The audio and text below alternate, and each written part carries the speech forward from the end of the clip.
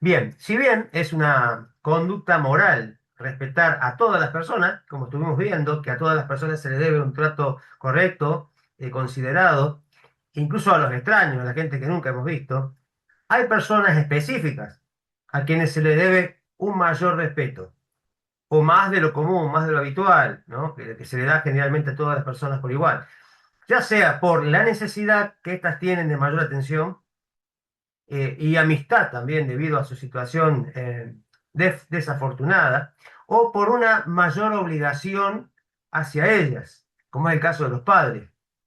Es el caso, por ejemplo, de los maestros que nos enseñan, sobre todo el camino espiritual, a los amigos cercanos, o a alguien que nos ha hecho un favor.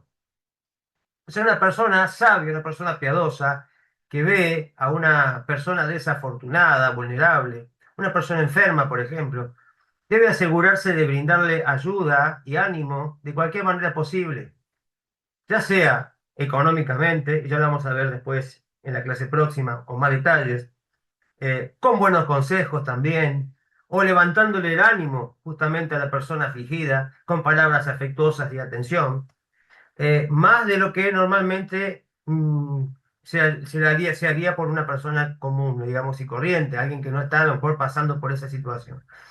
Entonces se debe tener cuidado de no hablar con falta de sensibilidad a una persona afligida. Las personas que han pasado, que han sufrido, que han tenido una situación desdichosa, hay que tener mucho cuidado con ellos, y obviamente hablar con mucha sensibilidad, cuidando lo que vamos a hablar, cuidando de los temas que vamos a tratar, a los temas de conversación, a la manera en que nos vamos a dirigir a ellos. Obviamente están muy sensibles y hay que respetar su situación y su dolor, ¿no? Por ejemplo, no se debe hablar con una persona enferma sobre asuntos de su salud que le causen angustia, ¿no? O sea, estos temas que, digamos, las personas son muy susceptibles, se sienten son muy sensibles a los temas que ellos justamente aspiran tener y no tienen, ¿no? Una persona, por ejemplo, que ha perdido hijos, uno hablar de sus hijos y hablar mucho de los hijos de uno y cómo los disfruta, eso no le genera un buen sentido, ¿no? Le hace recordar cosas realmente muy dolorosas, y obviamente le causa mucha angustia también. Entonces, obviamente, hablar de dinero, de fortuna a una persona necesitada, pobre, también, ¿no es cierto? Entonces, y hablar de la salud que gozamos y de cómo, de que corremos y quizás hacemos un deporte y a una persona que está enferma, que imposibilitada y que le gustaría de alma hacerlo, realmente es un despropósito. Entonces, si una persona ha sufrido una pérdida económica, entonces, como dijimos, no se debe afligir hablando de cosas de negocio, de éxitos de negocio. Entonces, el Creador hizo un pacto respecto al clamor de los más vulnerables, prometiendo sancionar, y esto es muy serio, sancionar a aquellos que le causen sufrimiento. Como dice justamente el libro de Shemot, Éxodo 22:22, dice, si clama a mí, yo le oiré. ¿Sí? Si alguien los acosa con palabras, por ejemplo, hirientes, y busca afligirlos y causarles dolor, y por eso claman, su clamor, dice, va a ser escuchado por el Creador. Y el Creador oye este clamor y atiende el clamor de los oprimidos, como se afirma también, por ejemplo, en el libro también de Shemot, en el versículo 24 y 26 de este capítulo 22, al pobre que está contigo, si clama a mí, porque alguien lo ha afligido, lo ha oprimido, yo lo voy a oír, porque soy compasivo. Entonces, eh, no hay nada que moleste más al Creador que una persona vulnerable siendo afligida por alguien, ¿no? En lugar de tratar, de tratar a esta persona con sensibilidad, con compasión, con consideración, justamente se hace lo contrario. Entonces se debe saludar inclusive a cada persona con un rostro amable y respetuoso. Al hacerlo se da a entender que la otra persona es importante para uno y merece recibir el saludo nuestro. Quien se da la vuelta, por ejemplo, y no saluda a los demás, hay personas que ignoran a los demás, ¿no? Y pasan al lado de una persona y quizás uno sí lo saluda y ellos no lo saludan, o no responde saludo, por ejemplo, da a entender que no son dignos ni importantes para él, ¿no? Lo cual le causará gran vergüenza e incomodidad a la persona que obviamente no recibe saludo.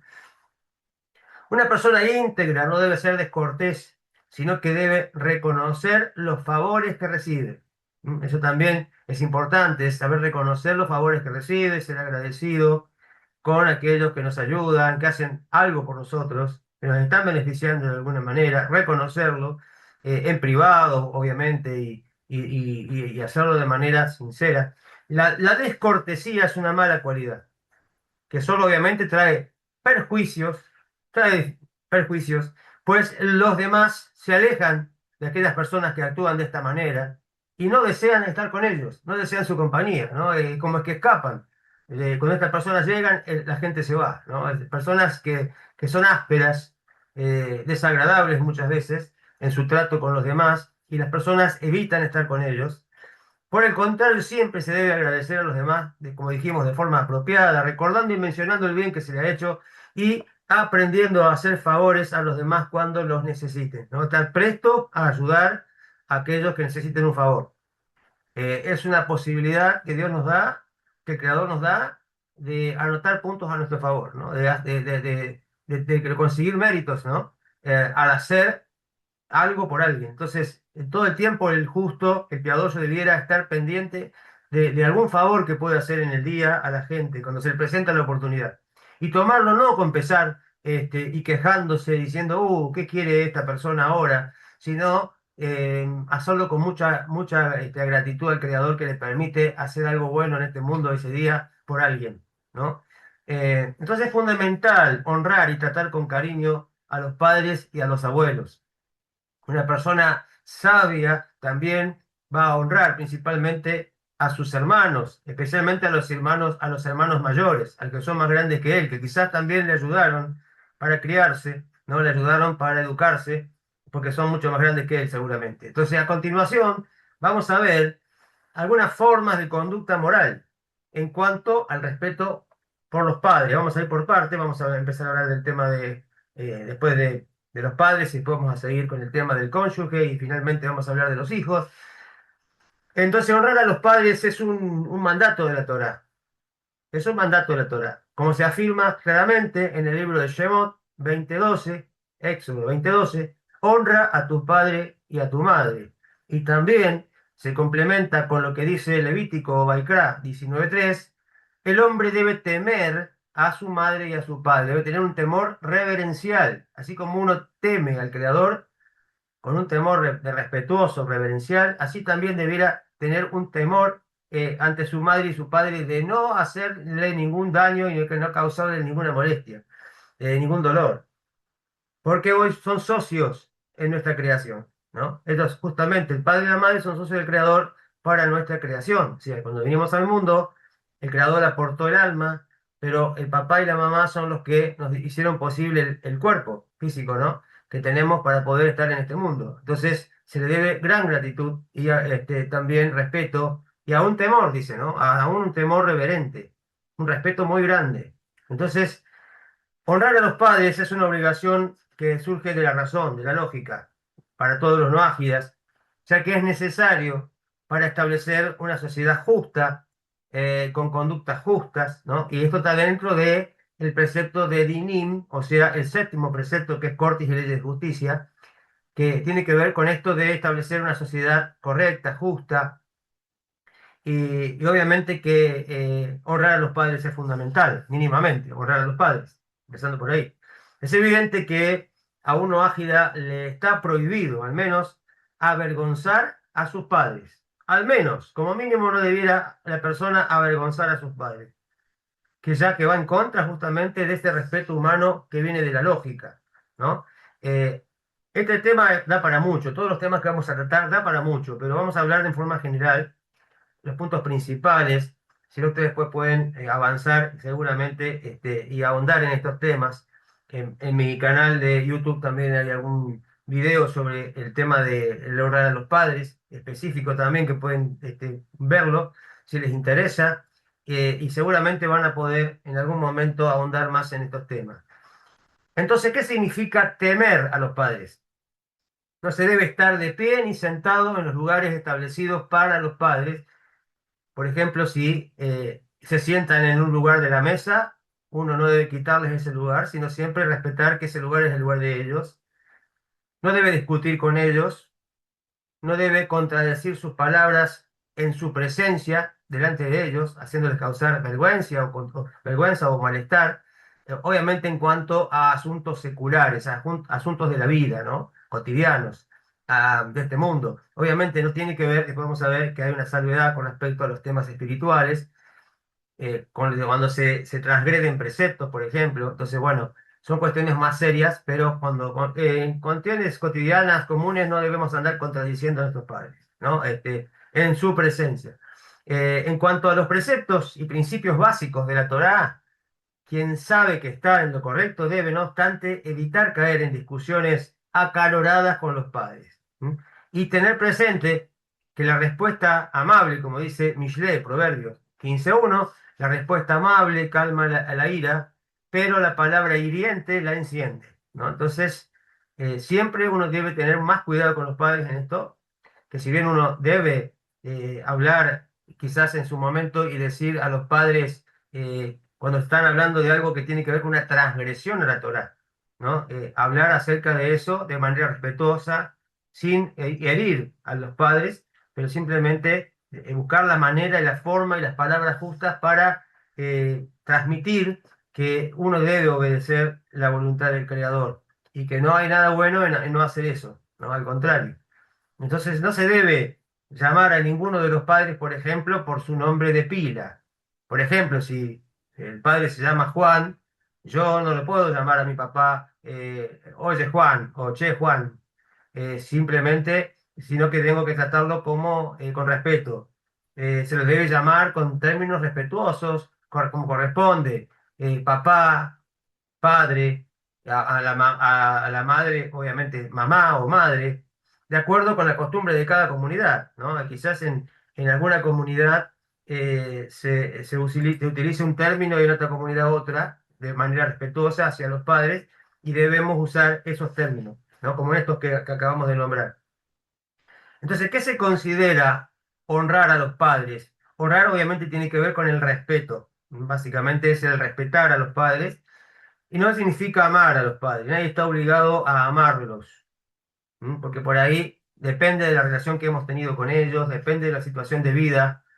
Eso obviamente no es tan fácil y nadie puede obligar, no nos pueden obligar a amarlos en el sentido de tener sentimientos y todo esto cuando hemos tenido una crianza difícil, padres ausentes o padres que nos han hecho daño quizás. Pero bueno, mínimamente, aún así sea, como hayan sido los padres, merece el respeto, se merecen el respeto por solo el hecho de haber sido nuestros padres, ¿no? Entonces, cuando a los padres les resulta difícil por sí mismos, por ejemplo, comprar lo necesario, se les debe llevar la comida, bebida, ropa adecuada, pagadas con los recursos de ellos, si es que ellos lo tienen, y obviamente si no tienen, uno debiera también hacerse de acá con nuestros padres mínimamente, ¿no? Entonces, hacerle algún favor, irle a buscar los alimentos, a alcanzárselos a la casa, quizás, como decíamos, pagados con su propio dinero, porque tienen un ingreso, no quiere decir que sí o sí siempre uno tenga que darle de uno. Si ellos tienen la posibilidad de pagárselos todavía, uno debiera a mínimamente hacerles ese favor de alcanzarle los elementos necesarios a la casa y asegurarse de que no les falte nada. Y si no, si son muy pobres, uno debiera también hacer, obviamente, básicamente hacerse de acá con ellos, llevarle el alimento, pagarle quizás algún servicio imprescindible para su vida de todos los días. Entonces se debe ayudar a los padres según sea necesario y estar con ellos de manera respetuosa. Siempre que estemos con ellos, no importa a veces la cantidad de tiempo, pero el tiempo que estemos, la calidad, que sea de calidad, que sea de respeto, ¿no? Y que nos mantengamos de manera respetuosa hacia él. Obviamente, si la Torá manda que uno debe honrar a los padres es porque es algo que no debe ser tan fácil. Entonces muchas veces al hijo le cuesta respetar al padre, muchas veces, ¿no? Tratarlo bien, y demás, y más cuando el padre no se ha comportado tan bien con uno. Entonces es difícil. Entonces por eso hay un mandamiento para el judío, pero que también nos está llegando a nosotros por la lógica, por mantener una sociedad justa, correcta, en paz, etcétera. nos toca también a nosotros cumplir con esto. Entonces, también se debe honrar o respetar a los padres con las palabras, y debe ser evidente por la forma de hablarles el profundo respeto que uno les tiene, ¿no? Entonces, uno tiene siempre que usar palabras de respeto hacia ellos, delante de las personas con más razón, ¿no?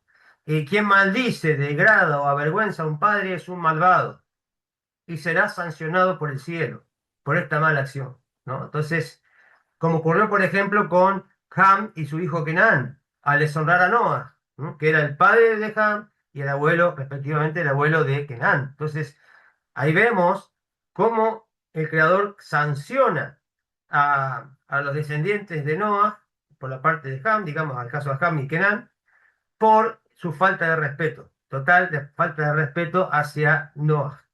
¿Mm? Entonces, ahí vemos que es una obligación para nosotros, que Dios nos hace responsable de esto. Por lo tanto, incluso si los padres nos llegan a gritar, debemos también guardar silencio y no avergonzarnos. Entonces, bueno, uno debe manejar sus impulsos ante ellos más que ante cualquier persona. Y un hombre tiene la obligación de también de honrar a su esposa y de velar por su bienestar. Este es otro tema que sigue a continuación, que es el respeto al cónyuge. En este caso hablamos del hombre, el varón, que tiene la obligación de honrar a su esposa, respetarla y velar por su bienestar, buscar siempre que esté bien, que esté de buen humor, que esté alegre, que esté conforme, etcétera, ¿no? Entonces los sabios dijeron, la casa de un hombre, de un varón, de un hombre, es bendecida únicamente gracias a su esposa.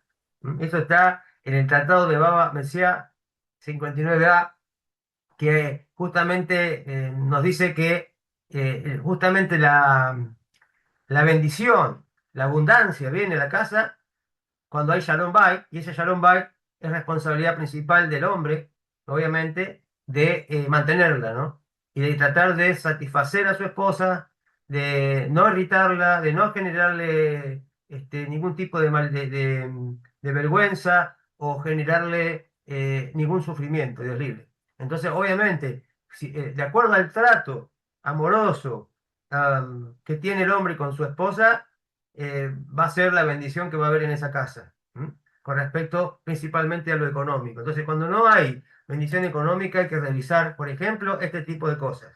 Es decir, hay Shalom Bay en la casa, hay buen trato del esposo a la esposa, el esposo tiene consideración de las necesidades de su esposa, la escucha, trata de hacer lo que esté a su alcance para que su esposa esté bien, la cuida, la, la hace sentir bien. Bueno, todo eso es cuestión de análisis, ¿no? Personal y para ver justamente, muchas veces pedimos sustento y por ahí si hay una traba, puede ser esta también, ¿no?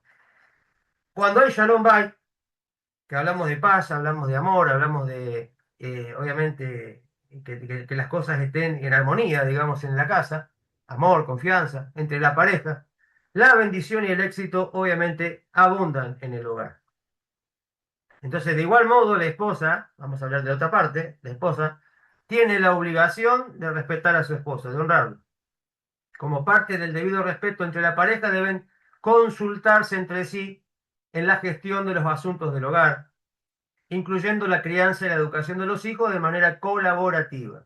O sea, acá no es solamente la tarea de la esposa, de la mujer, el criar a los hijos. Si el hombre dice, yo demasiado hago, voy a trabajar a conseguir el sustento también, trabajo y traigo el sueldo y me echo a dormir porque estoy cansado y todo el trabajo es de la esposa, siempre. Eso está mal. Eso es incorrecto. Entonces uno debiera también colaborar dentro de sus posibilidades, contestar en la casa, en los asuntos que tienen que ver con los hijos.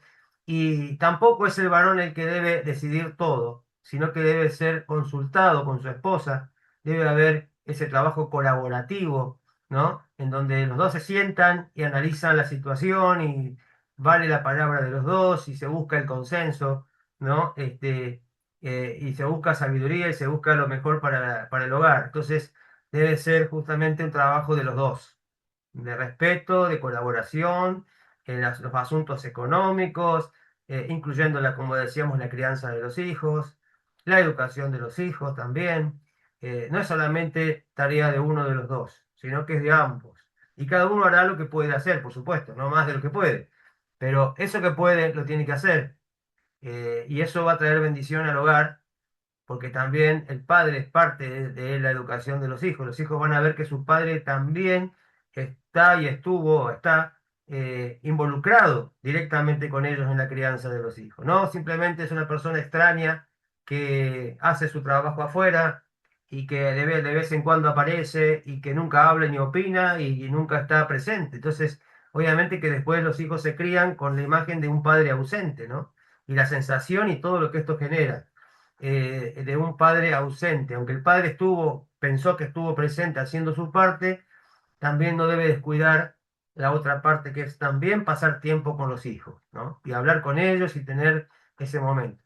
Entonces, esto presupone que ambos padres tienen emuná, fe auténtica en el Dios único, y si uno de los padres, por ejemplo, es idólatra, no es monoteísta, o ateo inclusive, el padre o la madre que es temeroso del Creador debe esforzarse por ser aquel que decida la educación espiritual y moral de los hijos, de acuerdo con los principios de la Torá, obviamente para los no ágiles.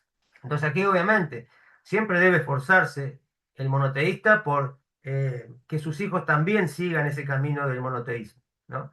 Y obviamente educarlo en esos principios que son principalmente aquellas cosas que tienen que ver con el consenso de la mayoría. Hablamos de los preceptos no ágiles, que no todo tienen que ver con cuestiones que andamos chocando con nosotros, sino simplemente empezando por aquellos preceptos como tiene que ver con no matar, no robar, ser honestos en los negocios, en el trato con los demás, con el dinero. Hay muchos temas que se pueden hablar libremente y que nadie va a decir que está mal. Entonces, ahora cuando llegamos al tema de la idolatría, es un tema complejo. Y un hogar en donde hay idolatría o donde alguno de los dos es idólatra es complejo, no es tan simple. Pero mínimamente debiera uno empezar por inculcar aquellos valores que son aceptados por todos. Nadie está en desacuerdo con la justicia, con hacer bondad, con robar, no robar, con no matar, con vivir una vida de correcta en el hogar, de fidelidad en el matrimonio, etcétera. Esto generalmente no se cuestiona. Entonces, y uno puede aportar la visión correcta de la Torá en estos asuntos. Y el tema de la idolatría es un tema que obviamente cuesta un poco más el tema, pero no por eso uno no puede, no deja de hacer todo, porque si no puedo hablar del tema, entonces ya, no, hay mucho para hablar del camino correcto y de enseñar aquellas cosas, como decíamos recién, que se pueden enseñar libremente. Y esforzarse porque las personas, nuestros hijos, sigan el ejemplo que nosotros le podamos dar y por ahí, como decimos siempre, aportarle esa pregunta que los haga pensar y razonar por sí mismo, ¿no? Cuando no se puede ser muy directo en esos temas. Entonces, en términos generales, los sabios dijeron, ¿quién es honorable? Aquel que honra a la creación. Eso lo dice Pirkei Avot 4.1. Es decir, honra incluso a personas cuya única alabanza aparente que puedan tener es el hecho de ser una creación de Dios. O sea, solamente la persona por ser una creación de Dios ya merece respeto. Y por lo tanto, los cónyuges deben honrarse mutuamente, con más razón.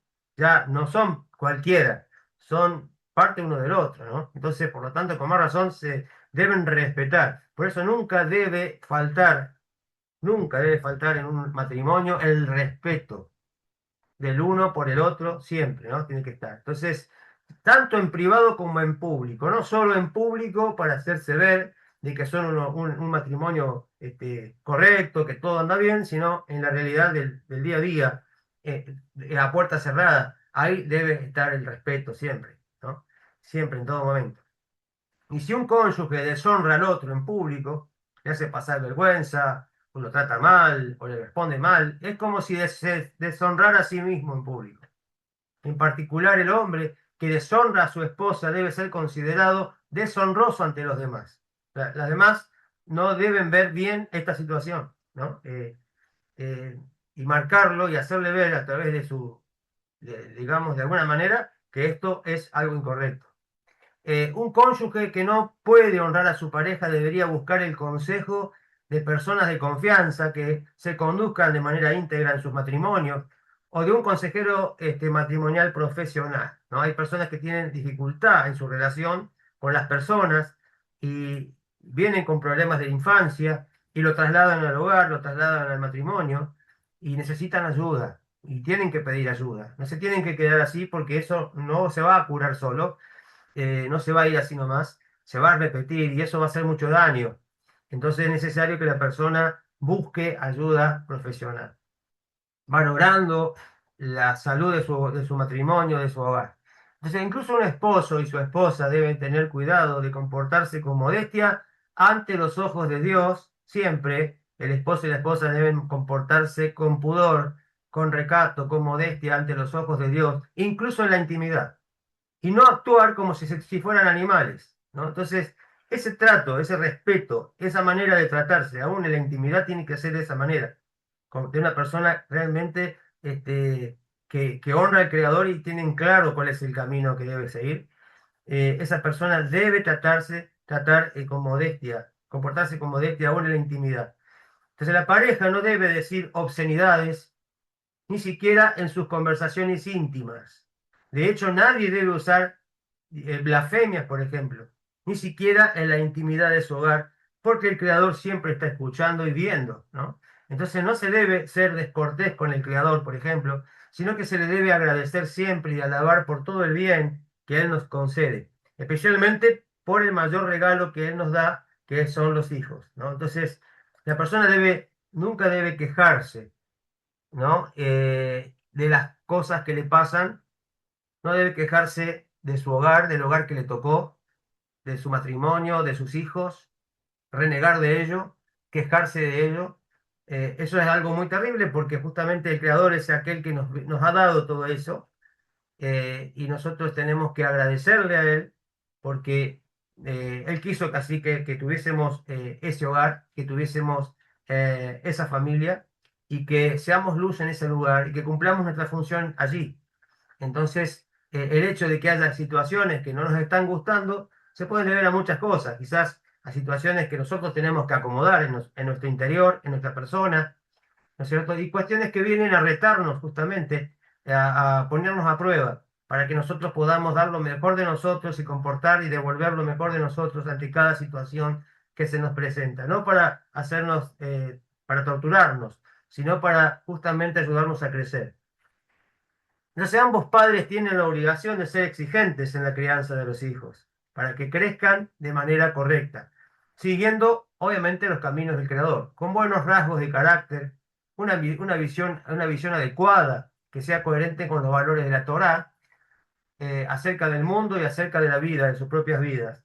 Los padres deben velar porque sus hijos no se hagan amigos de personas que puedan influirles negativamente. Entonces, por eso es tan importante que los padres estén pendientes de cuáles son las amistades de los hijos, ¿no? Y para poderlos guiar, para que no terminen siendo influidos de manera negativa por estas personas. Entonces, por lo tanto, no es cuestión de abandonar a los hijos a la hora de que tienen alguna amistad, decir, se fue del amigo y ya está. ¿Y quién es el amigo? No sé. Es de la escuela, se conocieron, son amigos, ya está. No, el padre debiera interiorizarse de qué personas son esas personas con las cuales su hijo pasa mucho tiempo, ¿no? Y obviamente inclusive está quedándose muchas veces en su casa. Entonces es obligatorio que cada persona se asegure de que sus hijos e hijas aprendan un oficio útil, ¿m? Una carrera, un oficio, acorde con sus habilidades, acorde con sus preferencias, para que puedan vivir dignamente y no depender de la asistencia pública, del Estado, por ejemplo. Entonces, los sabios nos dicen en el Tratado de Kedushim 29a, quien no enseña un oficio a su hijo es como si le enseñara a robar, le enseñara a ser un ladrón. ¿Mm? O sea, el hecho de que el padre y la madre inviertan esfuerzo, dinero, etcétera, para que su hijo aprenda, haga una carrera, siga un estudio para poder obtener un título que le va a permitir autosustentarse, es muy importante. Entonces, está poniendo eh, lo que le está poniéndole importancia a algo que es fundamental para que su hijo el día de mañana no tenga que depender de las demás personas, sino se pueda autosustentar con la ayuda del creador, por supuesto, pero poniendo de su parte aquella herramienta que se le ha permitido incorporar o adquirir. Entonces es apropiado dar dinero a los hijos y a las hijas, inclusive si ya han pasado la edad adulta. Por ejemplo, la edad adulta pueden ser los 18 años, pueden ser los 21 años, por ejemplo, según los países, ya llegaron a la mayoría de edad, ya tendrían que, muchos dicen, tendrían que autosustentarse a esa altura, pero todavía ellos tienen la necesidad de dedicarse exclusivamente a estudiar muchas veces, y los padres debieran ayudar a esos hijos, si están dentro de sus posibilidades, a continuar sus estudios para llegar a obtener un título profesional, ¿no es cierto? Y poder tener un ingreso que les permita vivir a él y a su descendencia también, a sus nietos y demás, les permita también vivir correctamente. Entonces, eh, es necesario apoyar a los hijos dentro de las posibilidades para que aprendan un oficio, acá básicamente para que puedan seguir estudiando, ¿sí? Eh, entonces, los sabios dijeron, es apropiado dar dinero a los hijos, dijimos, inclusive si ya han superado la edad adulta, conduciéndolos por el buen camino para llegar a ser autosuficientes. Y los sabios dijeron, quien da dinero a los hijos e hijas para que aprendan un oficio y quien provee alimento a su padre y a su madre, está incluido entre aquellos que practican la acá. Entonces, los que hacen justicia. Las personas que realmente hacen justicia son aquellos que básicamente empiezan haciendo esto con sus hijos, con sus padres, de ahí empieza la cuestión. No es que la persona tiene que mandar dinero al África o al Asia o a la India. Tiene que hacer bondad con los que están cerca, principalmente empezando por los propios, ¿no? Allí es donde uno tiene que esforzarse. Y también saber poner las prioridades en su lugar. eh, hay padres que por ahí, por decisión propia, no están dispuestos a sacrificar tanto por los hijos y dicen, no, yo prefiero invertir en un carro nuevo, en un coche nuevo y darle un estudio así nomás, que vaya por acá cerquita, aquí, aquí nomás no tiene que viajar a ningún lado, que haga lo que hay acá, que aproveche las ofertas que están aquí, aquí cerca y no respetan muchas veces y no están dispuestos a hacer un esfuerzo mayor para que sus hijos elijan de acuerdo a su vocación. Aún así, si el esfuerzo es mayor, y tienen que viajar, tienen que alquilar, tienen que... y muchos padres sí lo hacen, felizmente. Pero bueno, uno debiera siempre pensar que uno está invirtiendo en los hijos, que es parte fundamental de nuestra vida acá en la tierra, nuestro propósito, nuestra finalidad en la tierra, ¿no? Para que continúe nuestro trabajo, nuestra influencia en el mundo a través de ellos y de nuestros descendientes. Entonces está invirtiendo la persona en algo muy importante, ¿no? Y no está desperdiciando sus bienes en cuestiones secundarias. Entonces el Creador alabó a Abraham por guiar a sus hijos y a sus seguidores de esta manera, como dijo acerca de él, porque yo lo conozco, porque manda a sus hijos y a su casa después de él, que guarden el camino del Eterno, practicando la sedacá y la justicia, para que el Eterno cumpla en Abraham lo que le prometió. Esto se encuentra en Bereshit, en Génesis 18-19, y esto se refiere a las promesas y bendiciones que el Creador le dio a Abraham, ¿no? Como el Creador le bendijo a Abraham y alabó y ponderó sus acciones, porque sus acciones habían sido muy buenas, porque él había guiado correctamente, había tomado responsabilidad real sobre sus hijos, sobre su descendencia, ¿no? Y les enseñó a vivir de manera correcta y de ser en este mundo personas generosas, personas que practicaban la justicia y obviamente que velaban para que haya justicia también.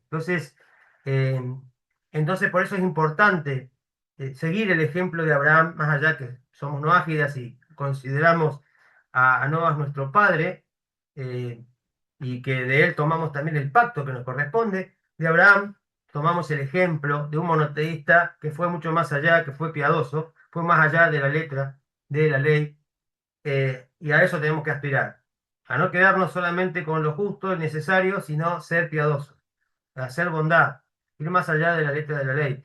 Esto va a beneficiar mucho más al planeta, al mundo, a toda la sociedad, que quedarnos solamente con lo mínimo y lo indispensable, ¿no?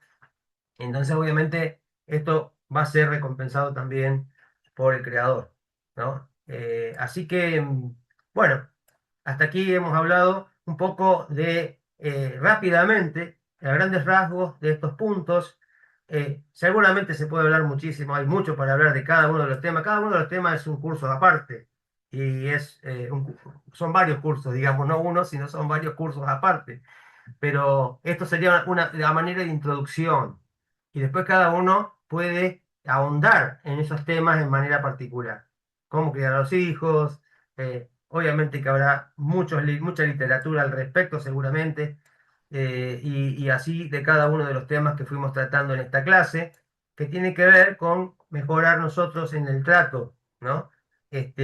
Hacia las personas, en especial aquellos que están más cerca de nosotros, que tienen que ver con nuestras familias, con nuestros familiares y con personas que están cerca nuestro, ya sean familiares o no, que están pasando situaciones complicadas, que han sufrido pérdidas, han sufrido situaciones de enfermedad, etcétera, y que cómo debe ser el trato correcto nuestro hacia ellos.